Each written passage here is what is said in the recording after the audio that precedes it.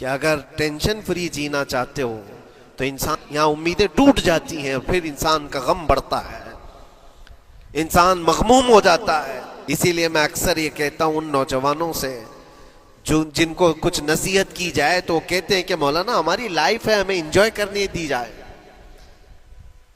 یہ ابھی تو ہماری لائف ہے، ہماری اپنی لائف کو ہمیں انجوائے کرنے دیا جائے۔ نادان کس نے کہا کہ تیری اپنی لائف ہے؟ تیری لائف ہے کہاں؟ زندگی یہ نہیں کسی کی کسی کے لیے، زندگی ہے نبی کی نبی کے لیے، اور نہ سمجھ مرتے ہیں زندگی کے لیے۔ ارے جینا مرنا ہے سب کچھ نبی کے لیے۔ جو خواہشات کو لا کر کے حضور کے قدموں پر رکھ دیتا ہے تو پھر وہ کہتا ہے میرے عزیزو، وہ پھر آ کر کے یہ کہتا ہے اپنی خواہشات، اپنی طبیعت جہاں سب مر جاتی آدمی کی، اس کی اپنی کچھ نہیں ہوتی، تب اس مومن کی زبان سے یہ نکلتا ہے یا رسول اللہ زمین و زمان تمہارے لیے، مکین و مکان تمہارے لیے، چنین و چنا تمہارے لیے، بنے تو جہاں تمہارے لیے، ہم آئے یہاں تمہارے لیے، اٹھے بھی وہاں حضور کے لیے۔ اس کا اپنا کچھ نہیں ہوتا، اپنی خواہش ہوگی تو میں کرتا رہے گا، اور جتنی خواہشات کے پیچھے بھاگتا رہے گا دنیا اس کا پیچھا کبھی نہیں چھوڑتی، اور نہ ہی دنیا اس کو کبھی سیراب ہونے دے گی، کبھی پیٹ بھرنے دے گی ہی نہیں۔ وہ بھوکا ہی رہے گا، وہ پیاسا ہی رہے گا جو دنیا کے پیچھے بھاگتا ہے۔ ایک مرتبہ سیدنا عبداللہ ابن مسعود رضی اللہ تعالیٰ عنہ غمگین بیٹھے ہوئے تھے، کسی بات کا غم ہوگا، نبی پاک صلی اللہ تعالیٰ علیہ وسلم کا گزر ہو رہا تھا، آپ نے دیکھا، حضرت عبداللہ ابن مسعود سے پوچھا کہ غم کیوں ہے؟ تو آپ خاموش رہے، تو اللہ کے نبی صلی اللہ علیہ وسلم نے ایک جملہ فرمایا جو آج ہم سب کے لیے سبق ہے میرے عزیزوں۔ فرماتے ہیں لا تکثر ہمک ما یقدر یکن، اپنے غم کو زیادہ مت بڑھا، جتنا لکھا ہے اتنا مل کے رہے گا، وما ترزق یأتک، جتنا اللہ نے رزق لکھا ہے وہ آ کر رہے گا، وہ تیرے پاس آ جائے گا۔ غم کب بڑھتے ہیں انسانوں کے؟ ہمارے اندر جو ٹینشن جس کو آپ کہہ رہے ہو، فرسٹریشن کہہ رہے ہو، یہ سب چیزیں انسان کی زندگی میں کب آتی ہیں؟ جب یہ اپنی لو اور اپنی خواہشات دنیا سے لگاتا ہے۔ خالق سے اگر لگاتا ہے تو پھر اس کے غم نہیں بڑھتے، بلکہ غموں کا مداوا ہے۔ اسی لیے بزرگوں نے فرمایا کہ اگر ٹینشن فری جینا چاہتے ہو تو انسانوں سے امیدیں کم کر لو، اللہ کی ذات سے یقین بڑھا لو، اس کی ذات سے یقین بڑھاؤ۔ ہم نے دیکھا ہے اپنی زندگی میں جس سے ہم ملتے رہے، جس سے کچھ خواہشیں رکھتے رہے، یا جس کے متعلق کچھ امیدیں وابستہ کر رکھی، یہاں امیدیں ٹوٹ جاتی ہیں، پھر انسان کا غم بڑھتا ہے، انسان مغموم ہو جاتا ہے۔ اللہ کی ذات سے جو وابستہ ہوا اور وہاں جو آس لگایا، وہ ہر دن بشاشت کے ساتھ جیتا ہے، یقین کے ساتھ جیتا ہے۔ اسی لیے میرے عزیزوں، یہاں جس نے بھی اپنے خواہشات کو دنیا کے ساتھ لگایا ہے اسے کم کرنا ہے۔ لا تکثر ہمک ما یقدر یکن، اللہ کے نبی فرماتے ہیں اپنے غموں کو زیادہ مت کر، جتنا لکھا ہے اتنا تجھے مل کر رہے گا۔ اس دار فانی میں، اس عمل کی دنیا میں ہم نے اپنے بہت ساری چیزیں پھیلا رکھی ہیں۔ ایک چیز میں آپ کو بتاؤں کہ کبھی کبھار میں دیکھتا ہوں موبائل کو، اب سب کے ہاتھوں میں موبائل ہے، اور کبھی کبھار یہ اسٹک بھی ہوتا ہے، اچھی کمپنیوں کے موبائل بھی اسٹک ہو جاتے ہیں، یا تو کبھی بہت زیادہ بیٹری گرم ہو جاتی ہے اور موبائل بھی گرم ہونے لگتا ہے۔ پھر اس کا حل کیا ہے؟ ایکسپرٹ سے پوچھتے ہیں موبائل کبھی ہینگ ہو رہا ہے یا کبھی بہت بیٹری گرم ہو رہی ہے، اس کے ریزن کیا ہے؟ تو وہ ایکسپرٹ یہی بتاتے ہیں کہ اس کے اوپر اوور لوڈ ہو سکتا ہے، بہت زیادہ اس میں ڈیٹا جمع ہو چکا ہے اور پھر بیک گراؤنڈ میں ایکٹیو ہے بہت زیادہ، جس کی وجہ سے بیٹری ہارمفل ہے، بہت زیادہ گرم ہو جاتی ہے، یا تو پھر ایک ساتھ کئی چیزیں اس کے اندر ڈال دی جاتی ہیں تو اس کا پروسیس کم ہو جاتا ہے، اسٹک ہو جاتی ہے۔ یہ تو موبائل ہے جو تمہیں سکھا رہا ہے۔ یہی چیز ہے دنیا کے ہمارے اس لائف میں، ہماری زندگی میں ہے۔ بہت زیادہ چیزیں اگر دماغ میں آ جاتی ہیں تو پھر دماغ گرم بھی ہو جاتا ہے اور سٹک بھی ہوتا ہے، ہر چیز سوچنے سے بھی عاری ہو جاتا ہے، صحیح طریقے کے فیصلے نہیں لے پاتا۔ اچھا نقصان کیا ہے اس کا؟ سیم ہم نے موبائل ایکسپرٹ سے بھی پوچھا، جب موبائل بہت زیادہ گرم ہونے لگے یا سٹک ہونے لگے تو اس کو کیا کرنا چاہیے؟ تو ایکسپرٹس بتاتے ہیں کہ اس کے ریڈیشن بہت زیادہ ہوتے ہیں اس وقت، اور یہ نقصان پہنچا سکتا ہے۔ جو استعمال کر رہا ہے اس کے دماغ پر بھی اثر کرے گا، آس پاس کے لوگوں پر بھی اثر کرے گا۔ ایک موبائل کے اوپر اگر زیادہ لوڈ آ جائے تو اس کے ریڈیشن آس پاس سب کو خراب کرتے ہیں۔ یہی حال انسان کی زندگی کا ہے۔ تمہارے دماغ کے اوپر اگر غم زیادہ بیٹھ گئے اور بہت زیادہ دماغ حاوی ہو گیا تو خود کا تو نقصان کرو گی ہی، آس پاس جتنے ہیں سب کا نقصان کرو گے۔ تمہاری وجہ سے تمہارے ماں باپ بھی پریشان، تمہاری اولاد، تمہارے بیوی بچے سب اس پہ ان سب چیزوں میں ملوث ہو جاتے ہیں۔ اب اس کا علاج کیا ہے؟ کہا گیا موبائل کو آف کر دو، ڈیٹا کم کر دو، اس کے اندر سے کچھ چیزیں ڈیلیٹ کر دو، پھر یہ اپنے نارمل حالت میں آ جائے گا۔ سیم آپ کے لیے بھی ہے، دماغ میں دنیا کے بہت سارے فطور بھرے ہو تو تھوڑی چیزیں ڈیلیٹ کر دو، تھوڑے دنوں کے لیے اپنی اس ایکٹیو لائف کو روک دو اور آ جاؤ اللہ کی بارگاہ میں اور آنکھ بند کر کے اس کی طرف لو لگاؤ، اس لیے کہ ہماری بیٹری جو چارج ہوگی وہ خالق کائنات سے ہی ہوگی، بنانے والا ہی بہتر جانتا ہے اس کی زندگی کس چیز سے چلتی ہے۔ اور اسی لیے کہا ہے، امام غزالی رحمۃ اللہ تعالی علیہ فرماتے ہیں، جو بندہ اللہ کے ذکر سے کئی دن تک غافل ہوتا ہے تو مردہ لاش ہے جو چل رہا ہے، بازاروں میں جو چل پھر رہا ہے، ذکر الہی نہیں کرتا تو اس کی روح ختم ہونے کے قریب آئی ہے، یہ زندہ لاش ہے۔ یہاں زمانے ہو گئے، مہینوں بیت گئے، برسوں ہو جاتے ہیں، کتنے دن ایسے ہیں آپ نے اللہ کے ذکر کے لیے الگ سے وقت نکالا ہو؟ کہاں ہے وقت؟ نماز بھی ایسے پڑھ کر کے بھاگ جاتے ہیں جیسے لگتا ہے کہ کوئی چیز ہمارے اوپر سوار تھی، جلدی سے ہٹا دی اور بھاگ گیا۔ نہیں میرے عزیزوں، ہماری روح جب بیمار ہوتی ہے، ہماری روح کو جب بھوک لگتی ہے تو اللہ کے ذکر سے اس کا علاج بھی ہوتا ہے اور اس کو رزق بھی ملتا ہے، لیکن ہم رزق دیتے ہی نہیں۔ کبھی آپ نے دیکھا ہماری باڈی کو، صبح ناشتہ نہ کرو، دوپہر میں کھانا نہ کھاؤ تو شام تک ہمارا جسم ہچکولے لینے لگتا ہے، چکر آنے لگ جاتے ہیں۔ کیوں؟ جسم 2 وقت کے کھانے کو چھوڑنا برداشت نہیں کر پاتا، کمزوری آ جاتی ہے، جسم کو بھوک لگتی ہے، ہمیں کھانا دینا اسے ضروری ہے۔ اسی طرح اللہ نے ہماری جو روح بنایا ہے، روح کو بھی رزق کی ضرورت ہے، اور روح کا رزق کیا ہے؟ روح کا کھانا پینا کیا ہے؟ کاجو بادام میوے پستے کھا کر کے روح کو طاقتور نہیں بنا سکتے۔ فرمایا گیا روح کی غذا اللہ کا ذکر ہے، جب بندہ اللہ کا ذکر کرتا ہے تو اس کی روح کو طاقت ملتی ہے اور روح کمزور نہیں رہتی، طاقتور بن جاتی ہے۔ عزیزان گرامی وقار، پھر میں خلاصتاً یہ بات کہوں گا کہ ہم نے دنیا میں اتنی ساری چیزیں پھیلا لی ہیں، اتنے سارے، جس کی وجہ سے غموں کا بوجھ ہمارے دماغ پر طاری ہے، اور ایک وقت وہ آئے گا جب ساری چیزیں چھوڑ کر کے فوراً بھاگنا پڑے گا، نکلنا پڑے گا۔ کچھ لوگوں کے متعلق کہا گیا ہے کہ روح نکلنے کے وقت اس کو بہت تکلیف ہوتی ہے، سب کے لیے نہیں، کچھ ایسے لوگ ہیں جن کی روح نکلنے کے وقت درد زیادہ ہوتا ہے، تکلیف زیادہ ہوتی ہے مرنے کے وقت۔ پوچھا گیا کیوں؟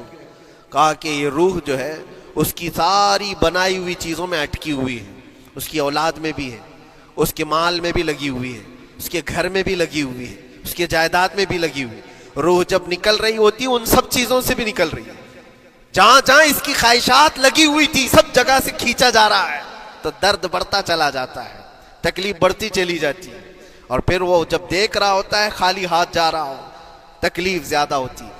اسی لیے میرے عزیز و اللہ کے نبی صلی اللہ تعالیٰ علیہ وسلم کا جب آخری وقت آیا، آپ کے وصال کا وقت آیا، حضور نے اپنی بیویوں کو بلایا، ازواج مطہرات کو بلایا اور پوچھا کہ کس کے پاس کتنا سونا ہے، کتنا زیور ہے۔ ازواج مطہرات نے کہا میرے پاس اتنا ہے، ان کے پاس اتنا ہے، سب نے اپنے چاندی سونے کے زیورات لا کر پیش کر دیا۔ حضور پاک صلی اللہ علیہ وسلم نے فرمایا اے میری بیویوں، اے میری ازواج، اگر تم چاہو تو یہ سب اللہ کی راہ میں خیرات کر دو، اللہ کی راہ میں اس کو وقف کر دو، خیرات کر دو۔ بیویوں نے پوچھا یا رسول اللہ صلی اللہ علیہ وسلم کیا آج سے سونا چاندی پہننا حرام ہو گیا ہے؟ کیا ہمارے لیے ناجائز ہو گیا ہے؟ نبی پاک صلی اللہ علیہ وسلم نے فرمایا نہیں، زینت تو تمہارے ہی لیے ہے، سونا اور چاندی تمہارے لیے ہے، حرام نہیں ہے، ناجائز نہیں ہے، لیکن میں دیکھ رہا ہوں میری زندگی کا آخری وقت آ گیا، میں رب ذوالجلال کی بارگاہ میں جانے والا ہوں، میں یہ چاہتا ہوں کہ اس حال میں دنیا سے جاؤں کہ میرے گھر میں سونا چاندی کا کوئی ٹکڑا پڑا ہوا نہ ہو اور اللہ کی بارگاہ میں فقیر اٹھایا جاؤ۔ یہ نبی پاک صلی اللہ تعالی علیہ وسلم کی خواہش ہے کہ میں اللہ کی بارگاہ میں اس حال میں جاؤں کہ میرے گھر میں کوئی چیز رکھی ہوئی نہ ہو، سونا اور چاندی، مال و دولت۔ کیونکہ میرے عزیزو اسی سے اندازہ کرو انسان اپنی خواہشات میں اتنا گھر جاتا ہے کہ اس سے نکلنا اس کے لیے مشکل ہوتا ہے، اور روح نکلنے کے وقت یہی تو تکلیف ہوتی ہے کہ کہاں کہاں کیا کیا بنایا تھا، کتنا جمع کیا تھا، حساب کرتے کرتے اس کی روح نکل جاتی ہے۔ ہم نے دیکھا ہے، میں اپنا ایک تجربہ بتاتا ہوں، عمرہ سے ہم واپس آ رہے تھے، 40 لوگوں کا قافلہ تھا، ایئرپورٹ پر پہنچے، بہت تاخیر ہو چکی تھی اور فلائٹ کا وقت بہت کم رہ گیا تھا، اور حاجی لوگ ماشاءاللہ جاتے ہیں تو خوب بھر بھر کر کے سامان بھی لیتے ہیں، کیا کیا سامان تھے سب کے پاس، اور ہمارا بار بار جانا آنا ہوتا ہے، میں کبھی کوئی زیادہ چیزیں رکھتا نہیں۔ ہم تو آگے نکلے، گروپ پورا تھا اور سارے لوگ سامان لے کر کھڑے تھے، وقت گزرتا گیا، فلائٹ جہاں چیک ان ہو رہا تھا سامان، انہوں نے کہا کہ 25 کلو سے زیادہ کا الاؤڈ نہیں ہے، اور یہاں 40 کلو لے کر بیٹھے ہوئے تھے، میرا تو تھوڑا سا لے لے، تیرا تو تھوڑا سا لے لے، ایک دوسرے کو پیش کر رہے ہیں۔ 3-4 لوگوں نے تو مجھے پکڑایا کہ آپ کے پاس سامان کم ہے مفتی صاحب، آپ تھوڑا سا ہمارا لے لو، جس کا لے سکتے تھے لے لیا۔ پھر اس کے بعد 1 گھنٹے سے کم ٹائم بچا تھا، انہوں نے کاؤنٹر کلوز کر دیا۔ میں نے دیکھا 20 سے 25 حاجی ایسے ہیں جن کا سامان بکھرا ہوا ہے، اور کیا لے جا سکتے ہیں ہاتھ میں، وہ بھی 7 کلو 8 کلو اتنا ہی تھا۔ ان کی خواہشات میں دیکھ رہا تھا، کوئی مسلح اٹھاتا ہے، کوئی کھجور اٹھاتا ہے، کوئی کہتا ہے نہیں میرے بچوں کے لیے کھلونے لیا تھا اس کو لے لیتا ہوں، وہ لے لو تو مسلح چھوڑنا پڑتا ہے، یہ لے لو تو کھجور چھوڑنا پڑ جاتا ہے۔ کسی نہ کسی طرح سے وہ لوگ آخری وقت 2-4 چیزیں لے کر کے نکل رہے تھے، اور بکھرا ہوا پورا سامان ایئرپورٹ پر ایسی موجود تھا، 1-2 کلو نہیں، کتنے کلو کا سامان چھوڑ کر کے یوں ہی آنا پڑا۔ یا تو پھر فلائٹ کے سفر پہ جاؤ یا سامان میں لگے رہو، 2 ہی آپشن تھے، اور کون وہ چھوٹے سامان کے لیے اپنا سفر ملتوی کرتا۔ واپس آئے، حسرت بھری نگاہوں سے دیکھتے رہے اپنے سامان کو، اور پھر اندر آ کر جب بیٹھے میرے ذہن میں یہ بات گونجنے لگی، یہی حالت ہوتی ہوگی جب انسان دنیا سے جا رہا ہوتا ہے، جب یہاں سے رخصتی کا وقت آتا ہے اور ملک الموت سر پر آ کر کھڑا ہو جاتا ہے، روح نکلنے کے لیے بھی تھوڑا سا وقت باقی ہے، بس منٹوں میں بھی نہیں رہ گیا۔ جب اس کو نظر آتا ہے، اب یہ سوچتا ہے اتنی نمازیں باقی رہ گئی، اتنی زکوٰۃ بھی رہ گئی، حج بھی تھا، اور بھی کچھ چیزیں کسی کے دینے کے باقی تھے، قرضے بھی تھے، کس چیز کی نصیحت کروں، کس چیز کی وصیت کروں؟ فلاں جگہ ایک گھر خرید کر کے اس کے ڈاکیومنٹ تو وہاں رکھا تھا، بیٹے کو بھی نہیں بتایا، بیٹی کو بھی نہیں بتایا، پتہ نہیں کس کے ہاتھ لگ جائے گا۔ یہ خواہشات گھومتی رہتی ہیں، وہ کسی کو بتا بھی نہیں پاتا، ادھر ملک الموت روح نکال کر نکل پڑتی۔ یہ انسان کی شارٹ لائف ہے، مختصر سی زندگی ہے، جہاں یہ خواہشات دھری کی دھری رہ جاتی ہیں۔ اسی لیے شیخ سعدی نے بہت اچھی بات فرمائی، ایک بادشاہ نے اعلان کیا تھا اپنے وزیروں میں سے ایک کو، اس سے بہت خوش ہوا اور کہا جا آج تجھے میں اتنی جائیداد دوں گا، اتنی زمین، اتنی پراپرٹی دوں گا، جتنا تو اپنے ہاتھ میں ایک لکڑی لے کر گھیر دے گا، جتنی زمین تو گھیرے گا اتنی تیرے نام لکھ دوں گا، لیکن اس کے لیے ایک شرط ہے، صبح یہ لکڑی لے کر تو راؤنڈ مارنا اور اتنا گول سرکل بنانا سورج ڈوبنے سے پہلے تک، جتنی زمین گھیر لے گا وہ پوری تیرے نام پر۔ اس نے سوچا کہ اتنی بڑی زمین میں گھیر سکتا ہوں ایک پورے دن۔ میاں ممبئی والے اچھی طرح جانتے ہیں 4x4 کی جگہ مل جائے تو یہاں کتنی بڑی غنیمت ہوتی، اور اس بندے کو بادشاہ نے کہا لکڑی ہاتھ میں لے لے اور لکیر کھینچ، شام ہونے سے پہلے جتنا کرے گا پورا تیرے نام پر۔ وہ نکلا، اور جب لکیر کھینچتے کھینچتے جب چلنے لگا، پیچھے مڑ کے دیکھتا تھا بہت لمبی ہو گئی ہے، اتنی زمین میرے نام پر ہونے والی ہے، دوپہر ہو گئی، وہ واپس آنا نہیں چاہ رہا ہے، واپس آ کر کے سرکل پہ ختم تو کرنا ہے جہاں سے شروع کیا تھا، سوچتا اور تھوڑا سا اور تھوڑا سا اور تھوڑا کرتے کرتے وہ اثر ہو گئی اس کی، اب اس کو لگا کہ واپس پلٹنا چاہیے، کئی کلومیٹر ہو گئے تھے، اتنے کلومیٹر کی زمین اب وہ اپنے نام پر کروانے والا تھا، لیکن جب واپس پلٹنے کا وقت آیا سانس پھولنے لگ گئی، کیونکہ صبح سے چل رہا ہے، کھایا بھی نہیں ہے، پیا بھی نہیں ہے، جس چیز کو جمع کرنے کے لیے دوڑتا رہا، اب سورج پیلا پڑ گیا، ڈوبنا کے وقت قریب آنے لگا تو اب بھاگنا شروع کیا، بادشاہ اور اس کے وزیر انتظار کر رہے تھے کہ یہ لوٹے گا بھی، اب دیکھا بڑی دور سے یہ دوڑتا دوڑتا آ رہا ہے، اپنی لکڑی کو لکیر زمین پر کھینچتے ہوئے کہ جلد سے جلد اپنے اس پوائنٹ پر پہنچ جاؤں جہاں سے شروع کیا تھا،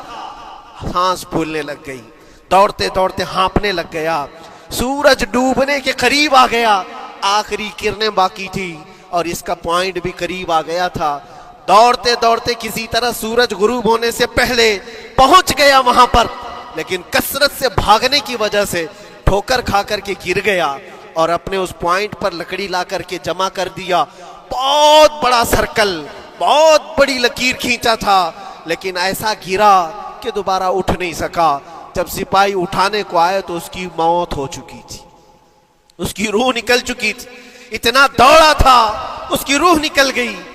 بادشاہ نے کہا اس نے صبح سے لے کر شام تک اپنے نام جائیداد کرنے کے لیے اتنی دوڑ لگائی، بہت لمبی لکیر کھینچا، اتنی بڑی پراپرٹیز کے نام پر ہوتی، لیکن عقل مند دانشور تھا بادشاہ، اس نے کہا جہاں یہ گرا ہے وہیں اس کو دفن کرو، اور اس کے بعد اس کی قبر پر لکھا گیا تھا کہ اس کو ضرورت اتنے 2 گز زمین کی تھی، دوڑتا کتنا لمبا رہا، صبح سے شام تک اتنی لمبی لکیر کھینچ لیا، لیکن سونے کے لیے اس کو جو جگہ چاہیے تھی وہ بس اتنی ہی سی تھی، وہ 6 فٹ کی جگہ۔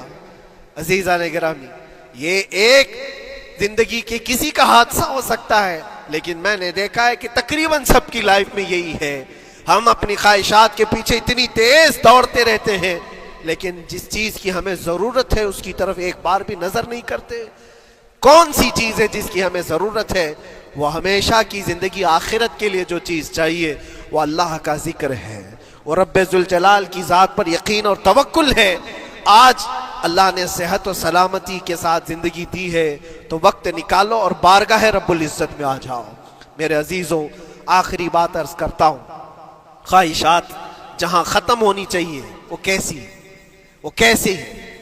اللہ کے نبی صلی اللہ تعالیٰ علیہ وسلم مجلس میں بیٹھے، ایک صحابی کا مسئلہ تھا، ایک صحابی کا مسئلہ ایسا تھا کہ وہ صبح جلدی دوڑ کر کے چلے جاتے تھے، صحابہ نے ان کی شکایت کی کہ یہ فجر میں اتنی جلدی چلے جاتے ہیں کہ کسی سے ملتے ہی نہیں۔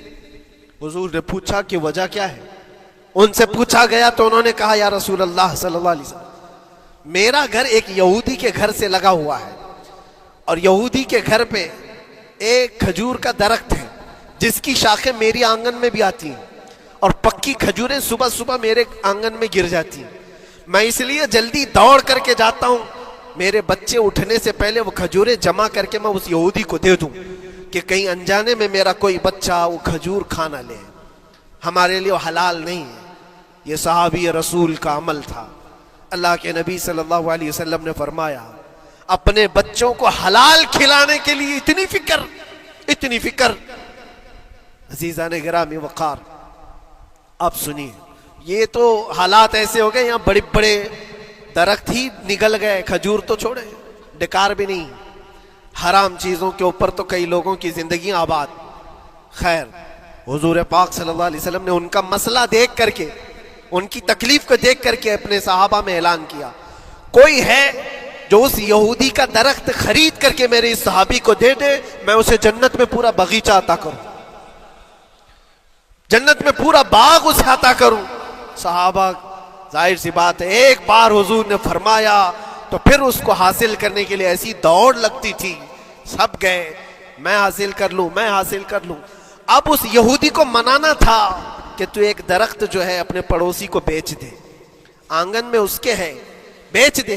اب اس کو لگا کہ ان لوگوں کی ضرورت ہے، مجبوری ہے، تو وہ بھی اکڑ کر بیٹھا کہ مجھے بیچنا نہیں ہے، مجھے دینا نہیں۔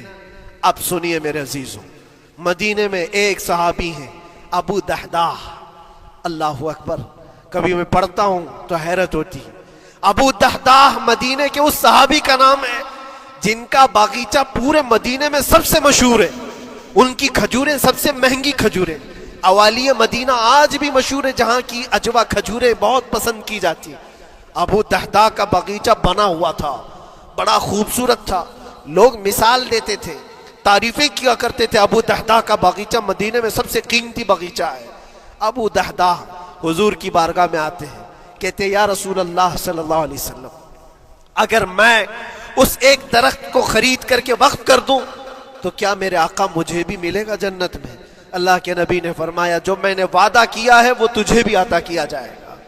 ابو دحداح کہتے ہیں اس یہودی کے پاس سیدھے آتے ہیں، کہا کہ تو ایک درخت بیچ دے گا، بدلے میں تجھے بہت اچھی قیمت دیتا ہوں۔ اس نے کہا کیا دو گے؟ کہا مدینے میں ابو دحداح کا باغیچہ تمہیں پتہ ہے؟ اس نے کہا ہاں جانتا ہوں، نام بہت سنا ہوا ہے۔ کہا وہ پورا باغیچہ اس ایک درخت کے بدلے دے دیا جائے گا، ایک درخت کے بدلے دے دیا جائے گا۔ اس یہودی نے کہا کیا مذاق کر رہے ہو؟ یہ کیا مذاق ہے؟ میرے آنگن میں اگے ہوئے ایک درخت کی وجہ سے ابو دحداح کا اتنا قیمتی باغیچہ دے دیا جائے گا، یہ کیسے پاسبل ہے؟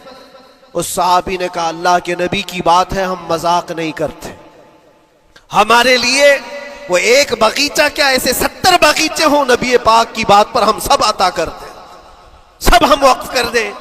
اس یہودی نے کہا کہ ان کی تو مت ماری گئی ہے مسلمانوں کی، یہ دیکھو اپنے نبی کی بات پر اتنا قیمتی باغیچہ مجھے دینے کو تیار ہے۔ اور پھر اس نے سوچا سودا بھی تو اچھا ہی ہے، باغیچہ تو ملے گا ہی، لیکن جو میں درخت بیچ رہا ہوں یہ جائے گا کہاں؟ یہ بھی تو میرے آنگن میں ہی رہنے والا ہے۔ درخت اگر کوئی خرید لیا تو ایسا تو نہیں ہے کہ یہ درخت وہاں جائے گا، یہ تو میرے آنگن میں ہی ہے، سودا کر لیا۔ کہا بات اگر سچی ہے تو میں یہ درخت اپنے پڑوسی کو جو تمہارا دوست ہے مسلمان اس کو دے رہا ہوں، بدلے میں مجھے ایک باغیچہ دے دو۔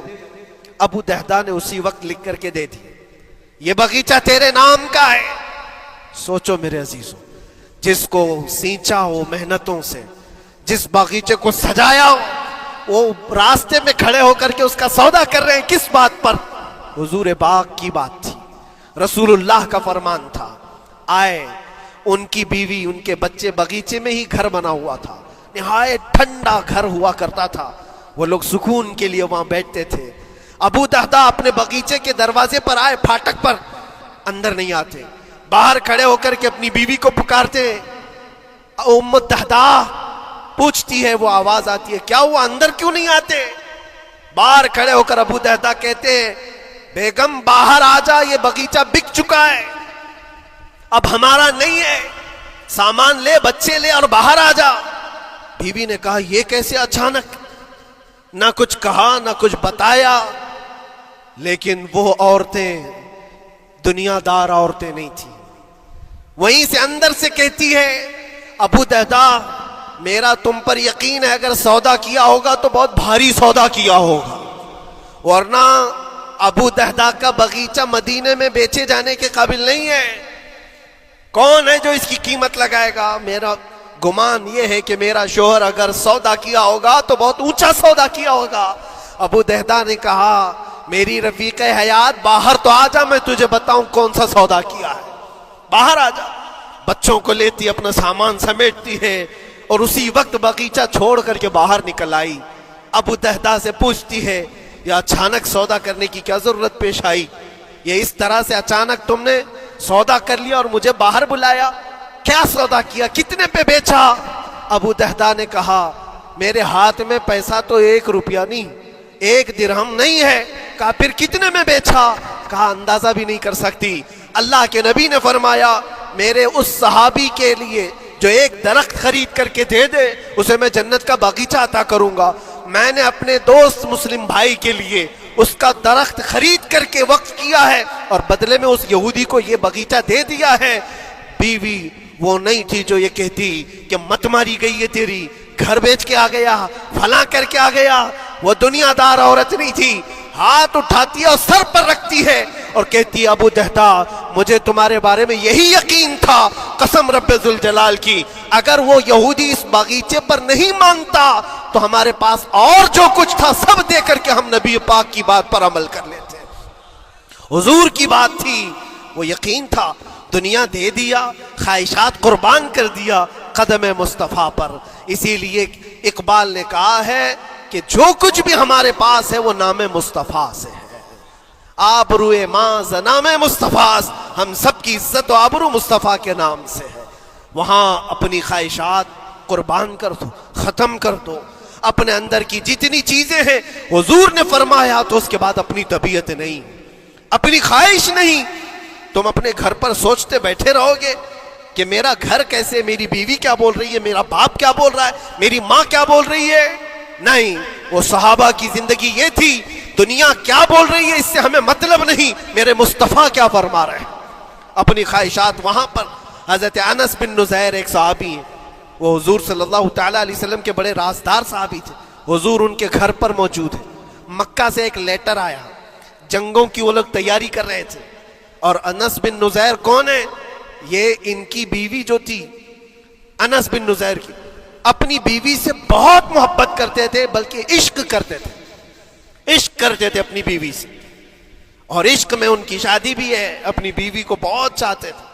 اب سنو، مصطفیٰ کریم صلی اللہ علیہ وسلم انس بن نزیر کے گھر پر ہے، مکہ سے ایک قاصد آیا اور رازدارانہ طور پر ایک خط دیا، کہا مکہ والے جنگوں کی تیاری کر رہے۔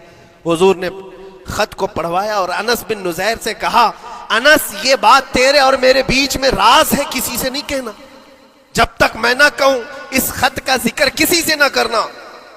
انس بن نزیر نے کہا اے اللہ کے نبی آپ کا حکم، اس کے بعد میری زبان نہیں کھلے گی۔ خط کو بند کر دیا، رکھ لیا۔ حضور جب تشریف لے گئے گھر سے، ان کی بیوی، ان کی محبوبہ، ان کی رفیق حیات جس کو بہت زیادہ چاہتے تھے آئی، کہا انس رسول اللہ گھر پر آئے تھے، کچھ راز کی بات چل رہی تھی، کیا بات چل رہی تھی؟ انس بن نزیر نے کہا دیکھ میری بیگم، محبت اپنی جگہ پر، وہ میرے مصطفیٰ کا راز، وہ میں نہیں شیئر کر سکتا، وہ نہیں بتا سکتا۔ بیوی ہنس کر کہتی تم نہیں بتاؤ تو کوئی بات نہیں، میں نے تو دیوار کے پیچھے سے سن لیا ہے، مکہ والے جنگوں کی تیاری کر رہے ہیں، خط آ گیا ہے۔ انس بن نزیر نے اپنی بیوی سے اتنی بات سنی، سیدھے جا کر کے گلا پکڑ لیا، گردن کو دبوچ دیا اور کہا اس وقت تک میں تیری گردن نہیں چھوڑوں گا جب تک میرے مصطفیٰ کا فرمان نہ آ جائے۔ گردن پکڑ لیا اس عورت کی جس کو سب سے زیادہ یہ چاہتے تھے، لے آئے حضور کے پاس، کہا یا رسول اللہ معاف کر دے، آپ کا راز تھا، میں نے تو نہیں بتایا، مگر میری بیوی نے دیوار کے پیچھے سے سن لیا، اور اس لیے میں اس کی گردن پکڑ کر کے لایا ہوں کہ کہیں میں مجرم نہ بن جاؤں، نبی پاک کا راز افشا کرنے والا میں مجرم نہ بن جاؤں۔ آقا اگر آپ حکم فرمائیں تو میں اس کو ختم کر دوں یا اس کو طلاق دے کر کے آزاد کر دوں، آپ کے فرمان پر میں کامل عمل کر سکوں۔ اللہ کے نبی نے فرمایا انس چھوڑ دے گردن، جس طرح تو ہمارے راز کی حفاظت کرتا ہے، یہ میری صحابیہ ہے، یہ بھی میرے راز کی حفاظت کرے گی۔ اس کے بعد ہاتھ چھوڑ دیا اور اپنی بیوی سے کہا کہ دیکھ میری محبت، میرا عشق اپنی جگہ پر، بات جب مصطفیٰ کی آئے گی پوری کائنات کو میں چھوڑ دوں گا، میرے مصطفیٰ کی بات کو عمل کروں گا۔ اور اس بیوی نے بھی یہی کہا انس اگر تو مجھے راز بتا دیتا حضور کا، عشق میں ڈوب کر کے، محبت میں ڈوب کر کے، تو جو گلا تو نے میرا پکڑا کل میں تیرا گلا پکڑ کر حضور کے پاس لاتی کہ حضور یہ آپ کی غلامی کے قابل نہیں ہے۔ یہ ان کا کمال درجے کا ایمان تھا، اپنی خواہشات کو قربان کر دیا۔ ایک مدینے کی خاتون ایسی ہے، سب سے زیادہ حسین و جمیل لڑکی ہے، حضور کے پاس ایک حبشی کالے رنگ کے صحابی ہے، آئے کہا یا رسول اللہ مجھ سے کوئی شادی نہیں کرتا۔ حضور نے فرمایا کہ جا میں تیری شادی کے لیے ایک جگہ پر پیغام بھیجتا ہوں، اور بھیجا اس لڑکی کے گھر۔ انصاری صحابی کی ایک لڑکی اتنی خوبصورت ہے مدینے میں، ان کے گھر بھیجا۔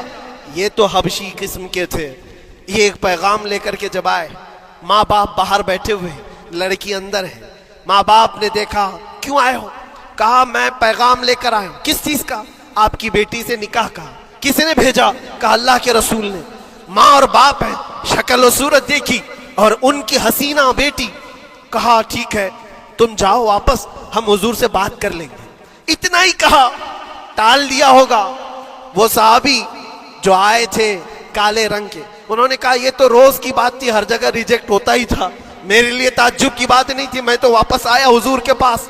ہوا گھر میں کیا, اندر جوان لڑکی جو گھر میں موجود تھی بھر آئی. کہا ماں باپ سے پوچھتی ہے کہ اماں کون آیا تھا؟ کہا ایک نوجوان نکاح کا پیغام لے کر کے.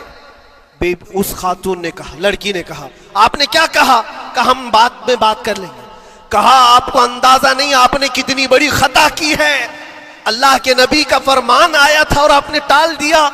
میں تیار ہوں اس کے ساتھ نکاح کرنے کے لیے, نبی پاک کا حکم ہے. ماں باپ نے کہا بیٹا تو نے دیکھا ہے, بیٹا تو نے دیکھا جو پیغام لے کر کے آیا تھا وہ تیری میچنگ کا ہے یا نہیں, تو نے دیکھا؟ اس نوجوان نے کہا, اس لڑکی نے کہا میں نے پیغام لے کر آنے والے کو تو نہیں دیکھا, آمینہ کے لال کو تو دیکھا ہے, جس نے پیغام بھیجا ہے اس کو دیکھا ہے. اس کے حکم کے بعد پھر کسی کو دیکھنا بنتا ہی نہیں ہے. وہ دونوں ماں باپ دوڑتے ہوئے حضور کے پاس آئے اور وہ صحابی ابھی بتا ہی رہے تھے کہ میں ریجیکٹ ہو کر کے آیا ہوں, تبھی ماں باپ بھی دوڑ کر کے آئے. کہا یا رسول اللہ خطا ہو گئی, ہم نے تاخیر کی آپ کے حکم میں. اے اللہ کے نبی ہم راضی ہیں, اپنی بیٹی کا نکاح انہی کے ساتھ کریں گے جن کا پیغام آپ نے بھیجا ہے. کیا اپنی خواہشات کو حضور کے قدموں میں لا کر قربان نہیں کیا؟ لیکن نکاح ہوا بھی. وہ نوجوان عبداللہ اسود نکاح کا ہے, حضور نے نکاح کروا دیا مسجد نبی, اور حضرت عثمان سے کہا کہ ان کو کچھ پیسہ دے دو, مال دے دو, شادی کا سامان تو خرید لے, جہیز لے لے, اپنا گھر سجا لے. ان کو صحابہ نے پیسے دیے, غریب تھے, میں بازار میں جا کر اپنی شادی کا سامان خرید رہے تھے. شام کے وقت اعلان ہو گیا مشرکین مکہ نے مدینے پر حملہ کیا ہے, اللہ کے نبی جہاد میں نکل رہے ہیں. یہ عبداللہ اسود جن کا نکاح مسجد میں ہوا اور رات کو سہاگ رات آج تھی, آج اپنے گھر دلہن لانے والے تھے, جو گھر سجانے کے لیے سامان خریدنا تھا جا کر کے گھوڑا خرید رہے, تلوار خرید رہے, اور اس کے بعد جنگ میں استعمال ہونے والا سامان خرید رہے. سب پیسے خرچہ کر دیے جنگ کے استعمال کے, زیرہ خرید لی, وہ ٹوپی خرید لی لوہے کی, سب خرید کر کے سیدھے میدان جنگ میں آ گئے. صحابہ بھی پہچان نہیں رہے تھے, صحابہ بھی نہیں پہچان رہے تھے. وہ غریب صحابی کبھی گھوڑے پر نہیں بیٹھے, لیکن شادی کا پورا پیسہ یہ جنگ کے سامان میں لگا دیا. اور جب جنگ شروع ہوئی احد کی, میدان جنگ میں جب صحابہ لڑ رہے تھے, حضور پاک پوچھتے ہیں اپنے صحابہ سے, یہ ایک جوان ہے جو پورا چہرہ ڈھکا ہوا ہے, گھوڑے پر بیٹھا ہے, جوان مردی کے ساتھ لڑ رہا ہے, اے میرے صحابہ جانتے ہو کون ہے یہ؟ صحابہ غور سے دیکھتے اور کہتے یا رسول اللہ یہ مدینے کا نہیں لگتا, ہمارے آپس کا نہیں ہے, کہیں باہر سے آیا ہے. حضور نے فرمایا جا کے غور سے دیکھو, اس کی کالی کالی کونیوں سے میں پہچان رہا ہوں, وہ میرا عبداللہ اسود ہے. آج میں نے اس کو شادی کے لیے پیسے دیے تھے, وہ سارے پیسوں سے یہ جنگ کا سامان خرید کر کے لایا ہے.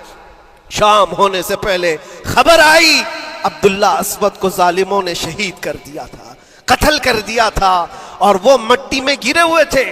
حضور خود چل کر کے آئے, عبداللہ اسود کے پاس آ کر کے بیٹھتے ہیں اور سر اٹھا کر کے اپنی گود میں رکھتے ہیں, چہرے سے دھول کو صاف کرتے ہیں, اور پھر فرماتے ہیں اللہ کے کچھ بندے ایسے ہیں جو اللہ سے کیا ہوا وعدہ پورا کر کے دکھاتے ہیں. ساری دنیا ایک طرف, فرمان مصطفیٰ ایک طرف.